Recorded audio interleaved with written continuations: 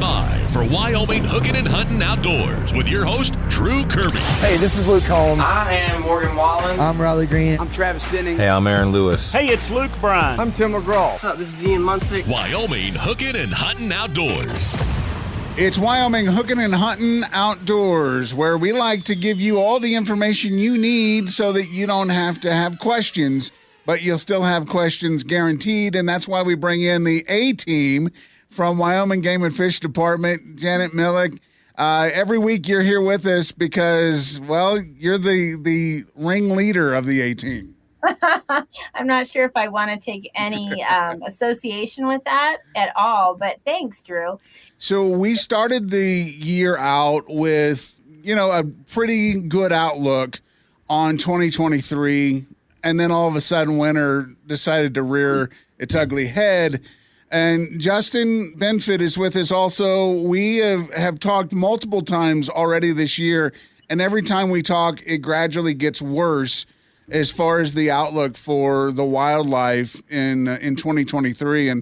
And the internet is full of rumors and full of theories, so we wanted to get it right from Wyoming Game and Fish Department today about where we're standing now with the state of wildlife here in Wyoming. Well, Drew, like when we first talked back at the very beginning of January, like I said, I think I said this before, but I kind of take credit in jinxing us because at the time, it's like, we think things are looking pretty good. No reason for any kind of concern. Looks like a moderate winter, that sort of thing. And animals, the saving grace is in a lot of the state, animals entered the winter in pretty good shape. We call it good nutritional body conditions. So does, pregnant does, cow elk, that sort of thing had a lot of fat on their backs going into winter.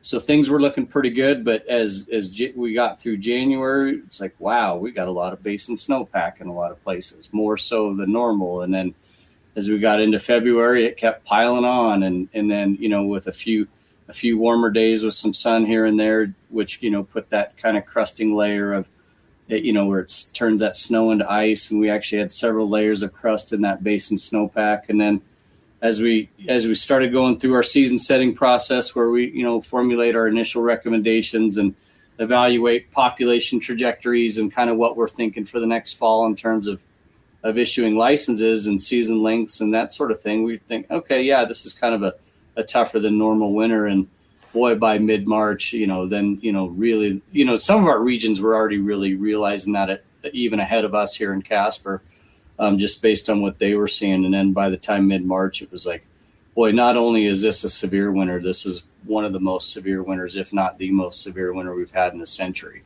So, yeah, it's been a real challenge, but it also depends on where in the state you're at, because not every part of the state dealt with the same winter severity. One of the things that I've seen online a couple of different times is that entire herds of deer and antelope were wiped out because of this winter that we had. Now, is that a confirmation, or is that just kind of speculation from people? Well, again, it really depends on the part of the state that you're talking about. When folks say entire herds, that means different things to different people.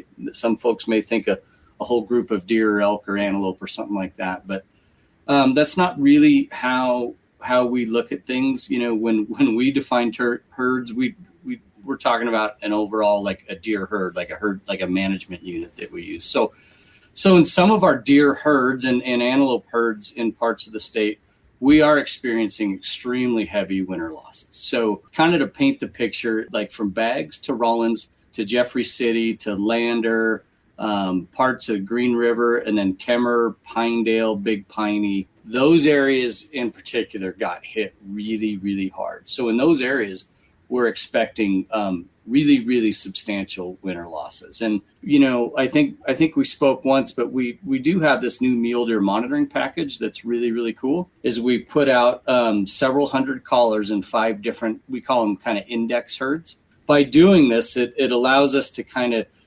gauge survival in these different areas. So when these collars are put out, if an animal goes on mortality, whether it's, killed by a predator, whether it dies from winter loss or disease or whatever, it sends us an alert, and we're able to track in real time how many of our animals are still alive and how many are not. And so that's really, really helped us have a good understanding of what this winter is doing to deer in a lot of places in Wyoming. And one of the things that we're seeing, like, the worst of the worst is over in far western Wyoming in our Wyoming range mule deer herd. So for folks that may not know, that's that Kemmerer to Big Piney, Pinedale country, all south of Jackson. And there we've lost basically 100% of our fawns, and we're now lost over 50% of our adult females, and almost there with adult bucks as well that have been collared. So that's not to say that means 50% of every adult female in that entire herd of 30,000 plus deer or whatever, but that's a pretty good subset. So it gives us a good idea that it's probably somewhat on par with that. So just a few days ago, I saw a factoid that said this week was the first time in 100 and some odd days that Big Piney has been above 50 degrees. Does that affect the population of the wildlife as much as the deep snow and the lack of, I guess, opportunity for food? Yeah, it certainly compounds it. When they have to expend more calories to, we say thermoregulate, but, just to keep their body temperatures up, in addition to all the demands of pawing through that snow just to find forage or just to move around. Yeah, it really adds up. So the cold temperatures on top of that deep snow really do compound the effects of it. And then, of course, it obviously prolongs the period of the time the snow is on the ground as well. Really, the wildlife right now have a lot of things working against them. We talked about the chronic wasting disease a couple of weeks ago. We've talked about the cold and the snow, and that may impact what some of the hunting seasons look like this year. And Brian Olson is also with us. And Brian, I know that there's been a lot of work with the commission to really come up with the best solution for all of these hunting seasons. Drew, and a lot of our field folks across the state have been out either ground, truthing what's going on out there, but also doing some flights too to find out, what's going on in a lot of these areas that we can't get to on critter numbers and things like that. And especially for, antelope and deer across the state. And meeting with the commission, it was, real relevant how many, license types that were cut across the state in those areas that actually saw the most severe winter. It's a drastic number of, especially, the female segment of the herd, the doe fawn segment of the herd is taking those out, of the hunting packet type of thing. So there will be quite a bit less of those available this coming fall. And I know that there are some people that are kind of rubbed the wrong way, that maybe they won't get a license this year that normally they would because the numbers are so low. But then you have the ones that conservation is key. And that's why the commission does what the commission does, is to protect the conservation and the future of hunting here in Wyoming. We had a pretty unprecedented number of comments into our regulations this year. And I can just tell you the vast, vast majority of comments to us and concern that was expressed by the public was about, basically advocating for more conservative hunting seasons. I mean, by and large, the hunting and fishing community in Wyoming really gets that and really strongly supports license reductions and being conservative when we need to be, just to help our populations rebound. When you peruse through social media and online verbiage, sometimes it's not great, but sometimes people throw out pretty interesting ideas. Justin, this year, because it's going to be such a reduced season, some folks have said, well, let's just cancel the season altogether. I mean, is that really a possibility, or would that help? We're a long ways from any kind of extreme drastic measure like that. I think that would be extremely precedent setting for us and really, frankly, just not necessary. I mean, our seasons with especially with deer and antelope are just so conservative now in the vast majority of the state. So I think with the conservative seasons we have in place, the fact that the majority of them are going to be male-only harvest situations, we still think there's plenty of opportunity to provide for the sportsmen and women of Wyoming. But what about the areas that maybe didn't get hit so hard? Do those numbers still look pretty good on the deer and antelope numbers? some of the parts of the state that experienced a much more moderate winter were like, say, the Cody area, the whole Bighorn Basin country, and a lot of southeast Wyoming, like Laramie, Cheyenne. Mule deer they've been kind of on a long, slow, steady decline for the past 25 years. So we've been increasingly conservative with a lot of our mule deer seasons anyway. I guess it just depends. Brian, we've talked, now would be a good time probably to go and maybe research what the commission says so you have a better idea of where to put in for your license this year. Yeah, like I say, people have till the end of May. Next week they'll have that online, and then they can see what kind of, cuts were made across the state for those areas that you put in for every year. This would be a really important year to actually go on and look to see what is available in those hunt areas. There are some areas in the state where they actually reduce the season length also. So that's another thing that, doesn't usually happen very often on season length changing, as in drastically changing for the number of days that the seasons are open. And just the number of licenses available in some of those areas, especially for deer and antelope. It's highly recommended that you take the time to go online and check it out, or call your local game and fish office or game and fish personnel to give you some advice on maybe some other alternative places to go hunt this year. With this year being so strange and the number of licenses being so low, how far in the future will this affect the hunting here in Wyoming?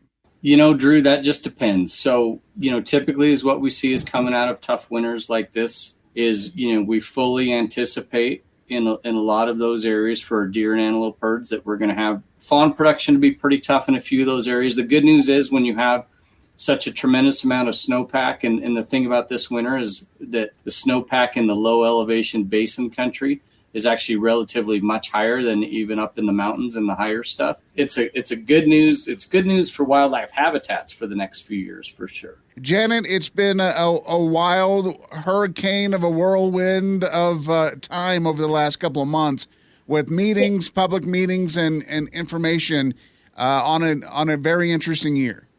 Absolutely. And, we just want to remind people to keep tuned in, and then we'll keep giving them any information that they need. And as a reminder, any game and fish office across the state is here to answer your questions. So even if you live in Casper and you hunt in Pinedale, don't hesitate to call. This is going to be the year that you want to make sure that you're checking, everything out, making sure that you have written permission. If you're going on private land, there might be a lot of landowners that are going to maybe not give permission this year. So make sure that you are in the know before you apply so that you're not disappointed in the end. Awesome. Janet, Brian, Justin, thank you guys again. And we'll get you back up to date very, very soon. Keep listening in the coming weeks as we break it down even further as we get closer and closer to that license deadline at the end of May. Brian Woodward from Rocky Mountain Discount Sports coming up. It's Wyoming Hookin and Huntin Outdoors. Welcome back to Wyoming Hookin and Huntin Outdoors. Brian Woodward from Rocky Mountain Discount Sports with us now. And Brian, you got to go out and put a line in the water this past week. Yeah, we had a chance to get down to Glendo for a day, and then we spent a little time on Alcova this weekend with the Tough Man tournament. Yeah, so obviously it's, water's open at both of these locations, but it also maybe leads me to the question, how's the fishing? Well, spring fishing's always a little touch and go, right? I mean, we still have a lot of storms that are kind of rolling in. We've had a little bit of rain, so sometimes those storm fronts kind of throw things off. Glendo's actually fishing pretty good. Different parts of the lake, you've got some, spawned out fish and some pre-spawned fish. And in my experience, right after the spawn, they get a little tight-lipped. But so we might see a little bit of a lull here in the next couple of weeks down there. We obviously are to the point now where people are transitioning. The weather's been good. We haven't had any of that snow or ice or really terribly cold weather.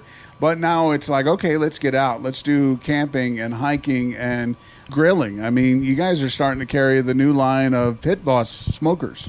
Yeah, we just got those pit bosses in, and we're really excited about that. Of course, we've carried Traeger grills for the last 10, 15 years, however long they've been around. We pretty much have carried them, and it's been a great line for us. But after reviewing these pit bosses, and we're carrying the upper end. I think the Louisiana grills is what their kind of their platinum level grills are, and these aren't the grills that you're finding at Home Depot. I mean, these things are solid. They've got 28-pound hoppers, stainless steel shelves. You can just see that they're built well, and they come in just under a lot of times the price of the higher end Traeger grills. Now, are you carrying these pit bosses in addition to the Traegers? We are. We sell Traeger pellets, and probably the cheapest in town on those Traeger pellets, and so hard to beat them and for their quality. But just another supplement to the pellet grills, and give customers just a little bit more option. And obviously, if you come in and look at the grilling section, there's a lot of grills to choose from, and you guys have all the utensils and everything that anyone would need to have a grilling night. You got it here, except for the meat. Well, the nice part is, with like Father's Day coming up in June, and if Dad owns a grill, it's nice to add some accessories. Whether it's a chicken throne or a rib rack or a wing rack or even just some spices. I mean, it's kind of nice just to kind of add a little gift for Dad for that time of year. So let's say you're going to take some of that walleye that you caught this past week, and you're going to put it on the smoker. What seasonings are you putting on it, and what pellets are you using? We don't cook the fish for very long, so I don't think that the pellets necessarily matter that much. A lot of times we'll just use a mesquite. I tend to like to take a cookie sheet pan and line it with foil, put all my walleye fillets out on that pan, put a little sliver of butter on each one of those walleye fillets, and then put some lemon and then an onion, just like a red onion on top. Yeah. And then I smoke them.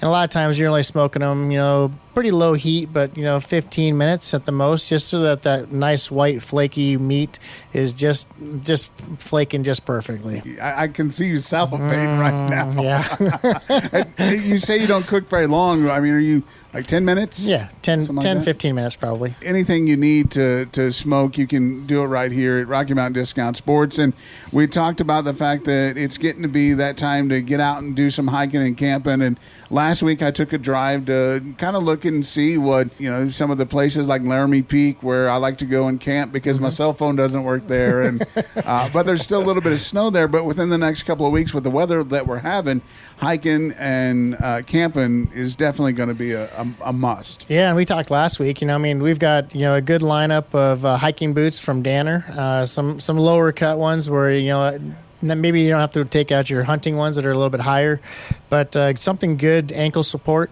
And then again, we've got, a big shipment of Coleman. So we got all those road trips, that you would use at your football games, or just that'll fold up and fit in the back of your SUV pretty easily. So we've got a good selection of that stuff. Just, a lot of these park reservations, you can make 90 days out. So, Alcova, your county parks, you can reserve those spots out 90 days. And I think at Glendo's, the state parks, you can also do that. So get your reservations in, give yourself some time, get planned, get yourself your tent, your sleeping bag, and go enjoy the outdoors. I've spent a lot of time in the Laramie Peak area and in a lot of areas where hiking and camping is popular. And one thing that I get a little nervous about is the fact that my cell phone doesn't work and I don't have any service. I know that there's the Backcountry SOS app that if you're in Natrona County and you have a little bit of service, you can get a text out. Garmin and some of these other companies have been putting out these satellite messenger. They're just devices that work off a satellite, so you don't need that phone signal. Yeah, I think, one of the first kind of devices, was like the SOS, right? So you guys used them snowmobiling a lot and that kind of stuff. Hit a button and, there'd be a satellite message or, to the local dispatch. But Garmin recently purchased InReach, and InReach did a lot of that messaging stuff. So now a lot of the Garmin units actually are intertwined with the InReach system. So there's still messaging functions available as long as you have satellite communication, which you almost always do. They've also got some other new programs like the Garmin Mini or now Zoleo, and those are ones where you kind of use your phone to program the message, it Bluetooths to the unit. So just like a text message that you would send to somebody.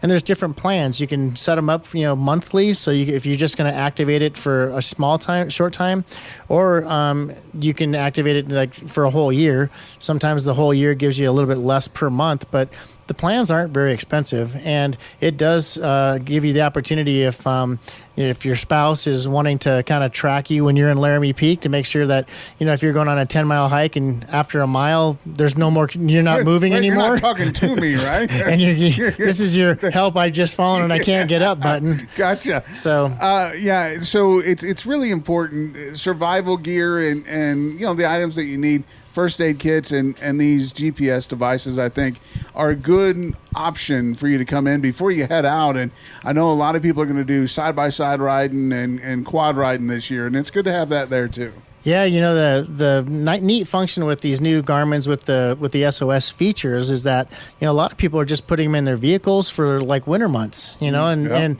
just in case, they were to go off the road, between here and Rollins and they didn't have phone service, that they've got that unit maybe in their glove box during that time frame, and they can always hit that SOS button and, get dispatched to highway patrol or whatever. So it's not just for hunting, it's not just for hiking, and there's a lot of multiple uses for them. Well worth the money to be safe, and you can be safe by coming on in here at Rocky Mountain Discount Sports. It's Wyoming Hookin It's Huntin Drew Outdoors. and Brian back with Wyoming Hookin Huntin Outdoors, Rocky Mountain Discount Sports, your outdoor stop. If you're looking for anything hunting, fishing, hiking, camping, just for your dogs, your animals, whatever it is, you can get that here. Not a whole lot of ball sports except for fetch toys. That's right. We got some tennis balls for Fido. We were just talking, and your dog is actually with Bob at Riverbend right now, and for the summer it's going to be trained up. So there's I got to be home to let the dog out. I can stay out fishing a little bit longer now. Yeah, that's right. Bob out there runs Riverbend Roosters, and he does during the summer months. That's what he does. Is does a lot of dog training, and we actually got a yellow lab from him this last year, and the dog's almost 11 months old now, and we got him out a little bit over the first season with him, but we're gonna get a little more obedience and some different techniques down that I just don't have time to. So you do have two dogs, and Scooter's a little older. What is he, 7, 8 9 years old? Yeah, right. So he's pretty polished and knows what to do when he goes out. Did Bob take care of Scooter too? No, we actually adopted Scooter when he was 2 years old, and obviously he had some good breeding lines. I mean, he has a good nose on him, and he listens well. So he actually just kind of picked things up just with the amount of time we spent in the field. So what will be the difference between the Scooter training and the training that Jaeger will get with Bob? I mean, will it be quite different? Yeah, one of the things that I hunt a lot of fields in terms of like waterfowl, so geese and that type of stuff. And a lot of times we'll have multiple birds down at one time. We might have a bird that's wounded that's kind of walking or running off or flying off. And, sometimes the dog will go for the closest bird. Sometimes they'll go for, they'll go from one bird to another. But, we really want them to go after the bird that's injured or the furthest bird away first. So this, hopefully by the time we're done with Jaeger, is that we'll be able to send him to a specific mark or a specific bird and pick that bird up first and kind of, play baseball with him, and send him to first base, send him to second base, then send him to third base, and have him pick up the birds in an order that we want him to pick them up. It's always amazing. And of course, a lot of outdoor enthusiasts and dog owners that really, it's fascinating to watch the trainers and everything work. So since Jaeger is there, that gives you a little bit more time to get out on the water and do some fishing, which you did get a chance to do at Glendo last week. And then this week, today or yesterday was the Tough Man up at Alcova. Yeah, so, I mean, the weather's been cooperating. It hasn't been fantastic. There's been a few storms that kind of have ran through, so kind of pick your days. But, it's still early, so we're kind of just working out the bugs, make sure we got our rods and reels re-spooled and ready for this year, and go through our tackle and make sure that, we replenish what we were missing. And check the batteries on the boat, put some new fuel on the boat, just all that kind of stuff. And getting the boat out, it ran good this last week. I was happy. It, didn't have any surprises that that weren't aware of anyways. And the fishing was okay. I think Alcova's still a little slow, and it's kind of hit or miss on the walleye side, but there's definitely some good quality fish in there when you find them. The trout are sometimes hard to keep off, which, from a boat standpoint is kind of fun. Definitely keeps a guy busy, but the walleyes down at Glendo kind of hit or miss in terms of like when you find them, stay on them. If you're jigging a minnow this time of year, it's pretty hard to beat. I was being a little stubborn when I went out and pitched a minnow for a little bit, and I'm like, I'm going to try a Mr. Twister now. And I started running a Mr. Twister and just slow rolling it across the bottom and bouncing it, and picked up a fish. So I'm like, I'm gonna keep using this. And I never changed back. I ended up catching 2, and my buddy caught 1, and we stayed for a couple hours and made the drive home and did more honeydews when we got home. And you all obviously at this time of year, you get into the midsummer and you're in full fish mode. Now you're kind of reviewing your trip. All right, should I not have been so stubborn? Should I have switched over back to the minnow?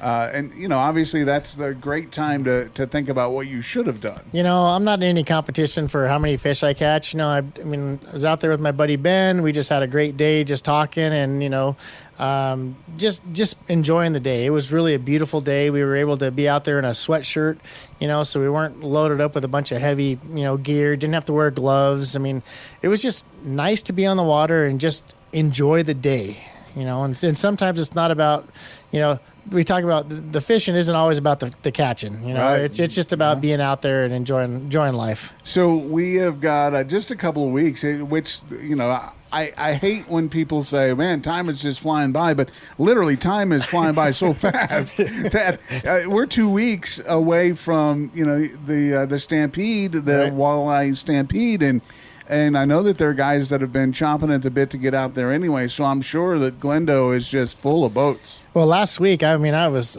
shocked. The whiskey boat ramp. We got the last spot at the very top of that ramp on the high water ramp, and the low water ramp had another 20 or 30 boats there, and that didn't include the number of guys that launched from Bennett, Reno, or Elkhorn. So yeah, there was a lot of boats on the water. It's a good time to be fishing, and we've talked a lot about making sure that you're prepared, and you had mentioned making sure that your rod and reels and everything are good, but we're not joking. You don't want to waste fishing time because you have a jammed rod or your boat's messed up, or you forgot your buddy stepped on your reel and you got a bent reel, and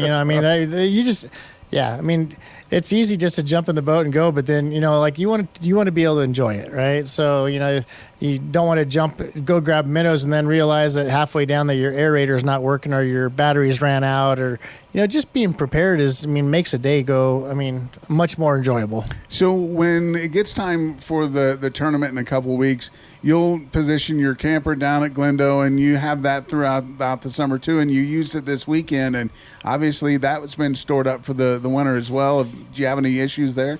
No, as long as you winterize them properly, that's, make sure you drain your hot water heaters and blow the lines out so you don't have, I did notice, and it happens, we have an older camper. It's like a 2008, and it's got linoleum in there, and over the winter, sometimes that linoleum will expand and shrink and actually crack, and so I've got a new crack in the linoleum that once I get it set up, I'll probably work on putting new linoleum back down, or something that maybe will be a little more durable than the linoleum. But just getting it prepped and going to the grocery store and getting your filling up with your canned goods and just kind of things that you won't starve with. Right. The biggest choice you have to make is, do I take the camper first, or I take the boat and fish and then go back home and get the camper? Right. Yeah. And we're fortunate. We've got a spot down at Glenda. We're able to leave it down there for a few months.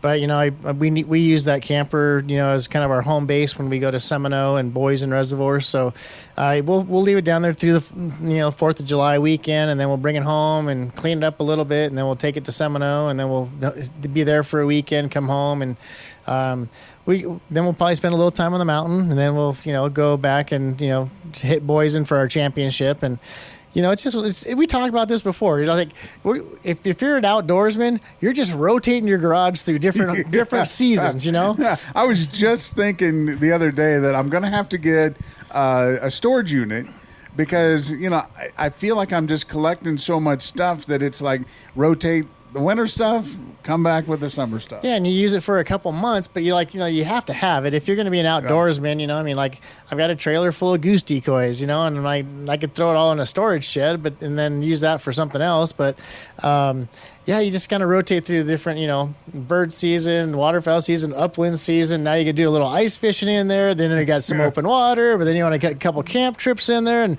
then you got family vacation somewhere probably, and it just starts all over. It's a vicious cycle. Living a good life is really it's strenuous. It is strenuous. You got a little pressure on your mind there, but no matter what you do this summer, and if you're getting out fishing, like you heard, the fishing is open most places, and we're rocking and rolling. Yeah, a few things like even locally, the amount of kokanee that they've put in Alcova now. A lot of guys are pretty excited about trying their hand at catching some of those kokanee, and now that they've put, I don't know how many different loads. They've over 100,000 kokanees up in Alcova now. People are starting to pattern those things out, and like even to me, like I'm not necessarily a big trout guy. I don't find a whole lot of challenge in trout, but kokanee are a little more intriguing because they're a little bit deeper. They got soft mouths. You got to find them. They school up pretty good. So that's kind of intriguing. I want to go give it a shot and put it to the test and see if I can't catch a couple of those. Yeah, well, if you go back on demand and listen to a couple of weeks ago, we talked a little bit about kokanee, but also we did talk about you had some guys that were just in town and they were going to go catch kokanee at the gorge, I think, and you set them up right here. Yeah, I mean we're trying to expand, especially our knowledge and just our amount of merchandise that we're carrying. The right tackle for presentations that are working in the local areas. So I talked to some guys that actually are from the gorge. And they're going after big Lakers, and so they're using quite a bit bigger Dodgers than what we're carrying here. But the guys that are catching kokanee said, yeah, the sizes that we're carrying for the Dodgers are the perfect sizes for this local area. But if you're going to go to Jackson Lake or the Gorge or Fontenelle or some of those to go after target those bigger Lakers, I always recommend, like, if you're going to fish locally in an area that's not local to you, stop at the local bait shop, and the local sporting goods stores, because they're not going to carry things that aren't relevant to their area. Right. So, a lot of people say, well, you guys have a lot of trout. Well, we do, and we focus on the spinning part of it. We do have some fly accessories, but we kind of leave that, like, the higher end stuff to the professionals. That's the Ugly Bug Fly Shop and North Platte Lodge and all those guys, because they're dealing with it every day. And if you want a high end sage rod, go to them. If you break one and you need something to get you by, we're going to be a $200 and less rod, and that's a good beginner rod. But stop at your local stores and see what they're selling. Get on by here, too, if you have any more questions about fishing of any sort, if it's the kokanee or salmon or trout, someone in Rocky Mountain Discount Sports can get you covered. It's Wyoming Hookin and Huntin Outdoors.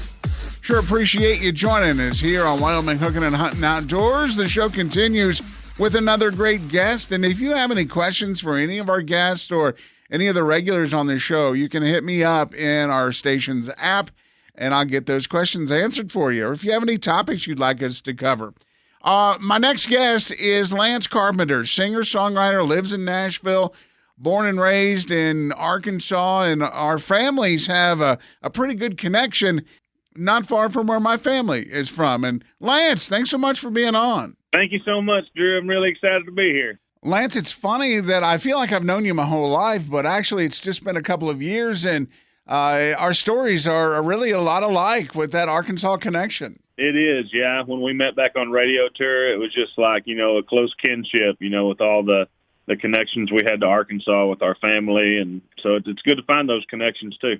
You've been doing the Nashville thing for a long time now, Lance, and One of your first big songs was actually a huge hit for some girl. I think her name's Kelsey Ballerini. That's correct. Yeah. I moved to town in 2011, and in 2015, Kelsey had her first number one song, which we co-wrote together with our friends Josh and Forrest. It was called Love Me Like You Mean It. As a singer-songwriter, how interesting or difficult or, I guess, appealing is it to write all these songs and then you get a song that it hits a home run? It's incredible. I mean, the night we wrote it on a Monday night eating pizza, just hanging out. We weren't planning on writing a song. Forrest was my roommate at the time, and Josh and Kelsey had just signed their first publishing deals at Black River, and we were hanging out there, and Forrest said, why don't we all just hang out? And me and Forrest were planning on writing, but he said, let's just hang out with them tonight. And I said, dude, I'll buy pizza. And yeah, we wrote that and got to see, about a year later when everybody in town passed on it because they said it wouldn't work on country radio, the label decided to let Kelsey put it out. First started seeing her play some writers rounds. We all played the Bluebird one night and everybody gravitated to it. And then she did some CMA, fanfare stuff where before it even really got released and, a room full of 20, 30 people listening to it, bobbing along. And then to see it grow into CMA Fest where there were several hundred people and then several thousand people. And I've seen her out on tour, with Keith Urban, different venues playing it. Her and Taylor Swift sang it on Taylor's tour when she came through, Taylor Swift. And to see people loving that song and singing it is just an incredible feeling. So you're saying that all those frustrating hard times are worth every penny? Absolutely. Yeah. Because we pour our hearts out every day into a song, sometimes 2 songs a day or more. And, hundreds of them, will never get heard by any more than your friends and your publishers or people you play it at writers rounds. But every once in a while, one breaks through, this tough music business and does something pretty incredible and touches a lot of lives. And that's what it's all about for me. Man, you may be living in Nashville now, but you came from small town Arkansas. You were the football player. You were the farm kid. And really, that's kind of what made you the songwriter and person that you are, and hunting was a big part of that too. Absolutely, yeah. I grew up on a farm in Arkansas. We had a cattle farm. My mom's a huge Santa Gertrudis fan, but we had anything, Charolais, Scimitars, Angus Limousine, you name it, we had them.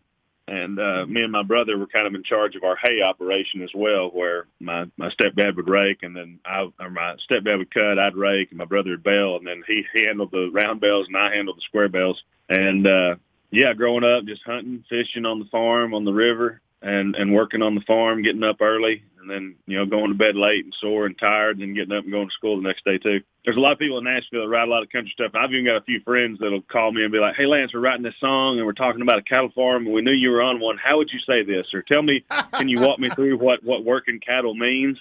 That's and great. I'm like, sure, I'll give you this view of it. Now, is that considered a word for a third on a song like that? Get a little love off of it? No, if someone calls me and just asks me how to say something, I love helping people. So if I can, give them a little bit of my life to put in their songs, then I'm all about that.